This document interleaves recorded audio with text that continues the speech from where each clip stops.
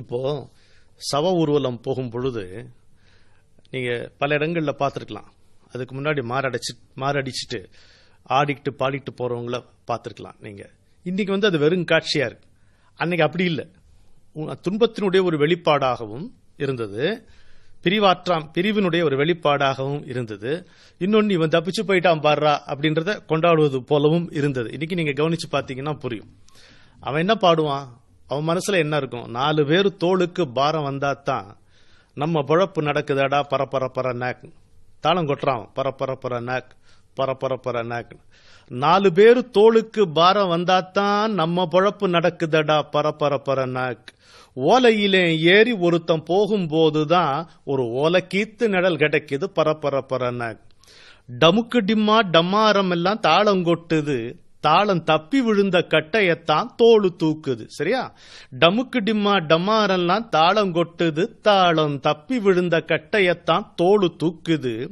அமுக்கி வச்ச காத்து இன்னைக்கு ஆள விட்டுது, அது அடுத்த வீட்டை தாண்டு முன்னே விறகு வெந்தது போடு பரப்பரப்பரன். இதுதான் இறைப்போதும் வெய்யாரே, அடுத்த வீட்டை தாண்டு முன்னே விறகு வெந்தது போடு பரப்பரப்பர நாக்கு நாக்கு பரப்பரப்பர நாக்கு. தொட்டகுர காலுகையி ஒட்டி வந்தது, பட்டகுர பாடையிலே படுக்க வச்சது, விட்டகுர விறகினிலே வேக வச்சது, அடிமட்டகுர தெரு தெருவா ஆட வச்சது. அப்பவும் அம்மாவும் தொட்டகுர காலுகையி ஒட்டி வந்தது, வாழ்க்கையில அடி பட்டகுர பாடையிலே படுக்க வச்சது, உயிர விட்டகுர விறகினிலே வேக வச்சது, அடிமட்டகுர தெரு தெருவா ஆட வச்சது. பன்னி பன்னி பொங்கி வரும் பாழு மழுகைய நாம் பாடுபட்டு உள்ளுக்குள்ளே பொத்தி வச்சேங்க, என்னைக்கு எது வெடிக்கும்னு எவன்தாங்கண்டா, அட எனக்குன்னு ஆட்டமாட எவனும் இல்லீங்க போடு பரப்பரப்பர நாக்கு நாக்கு பரப்பரப்பர நாக்கு. பூவை சுத்தி வந்தாலும் பாடதான், புண்ணியத்தால் மறைச்சாலும் பாவம் பாவம்தான். நாட்டுச்சிவிகை காட்டுச்சிவிகை அந்த பாட்டை நம்ம நினைவில் கொள்ளணும். பூவை சுத்தி வந்தாலும் பாடதான், புண்ணியத்தால் மறைச்சாலும் பாவம் பாவம்தான். காவடிக்கும் சாவுக்கும் தாளம் ஒண்ணுதான், இத கண்டுகிட்டா காலத்துக்கும் மனுஷன் ஒண்ணுதான் போடு பரப்பரப்பர நாக்கு நாக்கு பரப்பரப்பர நாக்கு. சரியா இருக்கா? அது மாதிரி குடமுடைந்தால் அவை ஓடென்று வைப்பர், உடல் உடைந்தால் இறைப்போதும் வெய்யாரே. ஒரு நிமிஷம் கூட அது வைக்க மாட்டாங்க இல்லையா? ஆனா அமைதியா தூங்குறான். மத்தவங்க மாரடிச்சு மாடி கட்டுறான், நாம் மாரடிக்க கூலி கேட்டா மனசு பொங்குறான். செத்தவங்க மட்டும்தாங்க சொந்தக்காரங்க, அட செத்து புட்டா மனுஷங்க கூட நல்லா வந்தாங்க. நல்லா அமைதியா தூங்குறான் பார். அது மாதிரி உடம்பு போயிடுது இல்லையா? மரணத்தில் என்ன நிகழ்கிறது? உடம்பு போய்விடுகிறது. ஆனால் அதற்கப்பால் என்ன என்பது அறிய இயலாததாக இருக்கிறது. அழிவதில் அழியாதது எது? இதுதான் கேள்வி. திருமூலர் நம்ம கிட்ட வைக்கிற கருத்து இதுதான். உடம்பு போய்விடுகிறது. 159வது பாட்டு முதல் தந்திரத்தில் பார்த்தோம்னா இது தெளிவா இருக்கும். ஆனால் அதற்கப்பால் என்ன என்பது நாம் அறிய இயலாததாக இருக்கிறது. அழிவதில் அழியாதது என்ன என்பதே கேள்வி.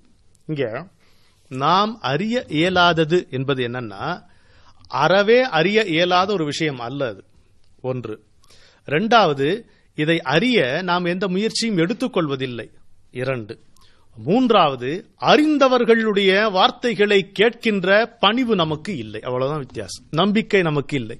ஒன்று நம்பிக்கை இருக்க வேண்டும், இல்லை என்றால் பணிவு இருக்க வேண்டும். நம்ம விட விஷயம் தெரிஞ்சவன், இவர் பெரியவர், இவர் சொன்னா நம்ம கேட்டுக்கலாம் அப்படின்ற நம்பிக்கை நமக்கு இந்த விஷயங்கள்ல வருதில்லை. அதனால்தான் சுத்தி சுத்தி சுத்தி செக்கு மாடு மாதிரி உழன்று கொண்டே இருக்கிறோம், துன்பப்பட்டு கொண்டே இருக்கிறோம். நல்லா ஞாபகம் வச்சுக்குவோம். அழிவதில் அழியாதது எது என்பதே கேள்வி. அந்த அறிய வேண்டியது அறவே அறிய இயலாத ஒன்றாக இல்லை. 2வது, அதை அறிவதற்கு நாம் அறிய முயற்சிகள் எதுவும் மேற்கொள்வதில்லை. 3, அதை அறிந்தவர்கள் நமக்கு சொல்லும் பொழுது அதை அப்படியே ஏற்று நம்பிக்கொள்ளுகின்ற நம்பிக்கையோ பணிவோ நமக்கு இல்லை. இதுதான் நம்முடைய தொல்லைக்கு காரணம். இதனால்தான் நிலையாமை என்கின்ற பாடம் நெடுக பறந்து கிடந்தாலும் அதை நம் நெஞ்சில் நிறுவிக்கொள்ள முடியவில்லை. இதுதான் நம்ம தெரிஞ்சுக்கணும். இதுல அதான் சொல்றாரு, கூடம் கிடந்தது கோலங்கள் இங்கில்லை. எல்லாம் காட்சியா வைக்கிறார் பாருங்க. ஒரு ஆடலரங்கம், ஒரு கூடம் கிடந்தது. கூடம் கிடந்ததுன்னு ஒரு வார்த்தை சொல்லும் போது அங்கே எதுவும் சோபிக்கை எதுவும் இல்லை. அங்கே திகழ்கின்ற தன்மை உடைய எதுவுமே இல்லை என்று பொருள் வருது நமக்கு. கூடம் கிடந்தது கோலங்கள் அங்கில்லை, ஆடும் இளையமும் அற்றது, அறுதலும் பாடுகின்றார் சிலர் பண்ணில் அழுதிட்டு தேடிய தீயினில் தீய வைத்தார்களேங்கிறார். சரி, என்ன கூடம் கிடந்தது? கூடம்னா அரங்கம். கோலங்கள் இங்கில்லை, என்ன நடனமாடக்கூடிய கூடம்.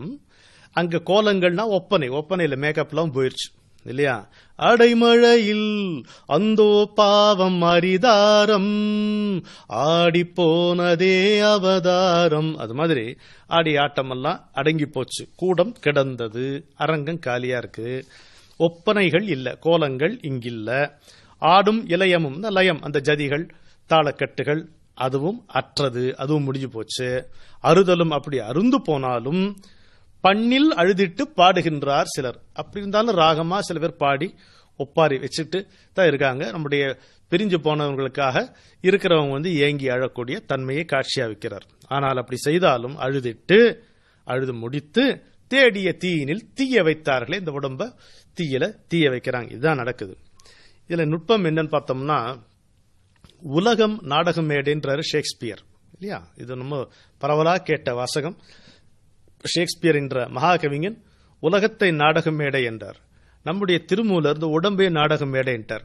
அதனால்தான் பாருங்க, இப்போ இந்த கருத்தோட திரும்பப்போம். உலகம் நாடக மேடை என்றான் ஷேக்ஸ்பியர், இந்த உடம்பே நாடக மேடை என்கிறார் திருமூலர். கூடம் கிடந்தது, கோலங்கள் இங்கில்லை, ஆடும் லயமும் அற்றது, அறுதலும் பாடுகின்றார் சிலர் பண்ணில் அழுதிட்டு தேடிய தீயினில் தீய வைத்தார்களே அப்படிங்கிறார். என்னுடைய உறவினர் ஏ சுப்பிரமணியம் அப்படின்ட்டு சிங்கப்பூர்ல இருக்கார். அவர் இந்த அந்த நாளில் இந்தி சினிமா மேட்ல அவர் சில பாடல்கள் எழுதிக்குவார். அப்போ இந்த இதுக்கு பொருத்தமா அவருடைய பாட்டு ஒன்று நினைவுக்கு வருது. என் பாடல் ஒரு வகை வேதாந்தம், இது வயிற்றுக்கு வேண்டிய சித்தாந்தம். நான் ஆடிய மேடை ஒன்றிரண்டு, ஆனால் என் நாடகம் பல கோடி. இங்கு நாடக முடிவில் நான் மட்டும் நின்றேன், சபையினில் யாரும் இல்லை. உலகத்தின் பார்வையில் வீரன் அப்படின்னு ஒரு பாட்டு எழுதுவார். என் பாடல் ஒரு வகை வேதாந்தம், இது வயிற்றுக்கு வேண்டிய சித்தாந்தம். நான் ஆடிய மேடை ஒன்றிரண்டு, அவ்வளவுதான். ஆனால் என் நாடகம் பல கோடி. இன்று நாடகம் முடிவில் நான் மட்டும் நின்றேன், சபையினில் யாரும் இல்லை. ஏன் நான் மட்டும் நின்றது? யார் கண்ணுக்கும் தெரியல, நீ போயிட்டேன்னு நினைச்சுக்கிட்டான். நமக்கு ஒரு முன் உண்டு, நமக்கு ஒரு பின் உண்டு. இந்த முன்னை, நம்முடைய முன்னையும் பிறருடைய முன்னையும் நாம் அறிவதில்லை, நம்முடைய முன்னையும் பிறர் அறிவதில்லை. அப்ப பின்ன எப்படி அறிவாங்க? ரெண்டுமே தெரியாது நமக்கு, முன்னும் தெரியாது பின்னும் தெரியாது. அதனால நாடக முடிவில் நான் மட்டும் நின்றேன், சபையினில் யாரும் இல்லை அப்படிங்கிறார். அது இப்படி கூட சொல்லலாம். வாழ்க்கை ஒரு வளையம் என்றால் வளையத்தின் தொடக்கம் எங்கே? வாழுகின்ற மனிதரிலே வேறுபாடு வந்ததெங்கே? வாழ்க்கை ஒரு வளையம் என்றால் வளையத்தின் தொடக்கம் எங்கே? வாழுகின்ற மனிதரிலே வேறுபாடு வந்ததெங்கே? ஆட்டமும் பாட்டுக்களும் ஆட்டி வைக்கும் நேரம் வரை, காட்சியும் முடிந்த பின்னால் கைதட்ட இங்கே யாரும் இல்லை, கைதட்ட இங்கே யாரும் இல்லை. இதயம் ஒரு ஏடு, உறவு ஒரு கோடு, போட்ட கோடு மாறுவதாலே போகும் இடம் புரிவதில்லை. உறவு ஒரு கோடு, இதயம் ஒரு ஏடு, உறவு ஒரு கோடு, போட்ட கோடு மாறுவதாலே போகும் இடம் புரிவதில்லை. ஏன் நமக்கு போகும் இடம் புரிவதில்லை? இந்த உறவை பொருள் மீது கொள்ளும் போது நமக்கு அச்சம் வருகிறது. இது போயிடுமோ அப்படின்ட்டு. இந்த உறவை மனிதர்கள் மீது கொள்ளும் போது நமக்கு ஐயம் வருகிறது, இது உறவாக நிற்குமா இல்ல பிரிஞ்சு போகுமா அப்படின்ட்டு. எனவே இவை எதுவும் இந்த பொருளும் நிலையில்லை, அந்த மனிதர்களும் நிலையில்லை. இந்த பொருளோடோ அல்லது மனிதர்களோடோ உறவு கொள்ள விழையும் நாமும் நம்முடைய உடம்பும் நிலையில்லை. அதனால்தான் நமக்கு போகும் இடம் புரிவதில்லை. ஆனா அதுக்கு பதிலாக இறையாகிய சிவனை, எந்த எல்லா நிலையற்றவற்றிலும் நிலையாக இருக்கக்கூடிய ஈஸ்வரனிடம் பால் நாம் உறவு வைத்தோமானால் நம்ம நிம்மதியாக இருக்கலாம் என்பதே மீண்டும் மீண்டும் திருமூலர் நமக்கு காட்டக்கூடிய பாடமாக இருக்கிறது. முட்டை பிறந்தது 300 நாளினில். எப்படி? முட்டை பிறந்தது 300 நாளினில், இட்டது தானிலை ஏதேனும் ஏழைகாள் பட்டது பார் மனம் 12 ஆண்டினில், கெட்டது 70 கேடறியீரே என்கிறார். 163வது பாடல் முதல் தந்திரத்திலே. என்ன அழகான பாடல் பாருங்க. 12 வயசுல கல்யாணம் பண்ணிக்கிறானாங்க,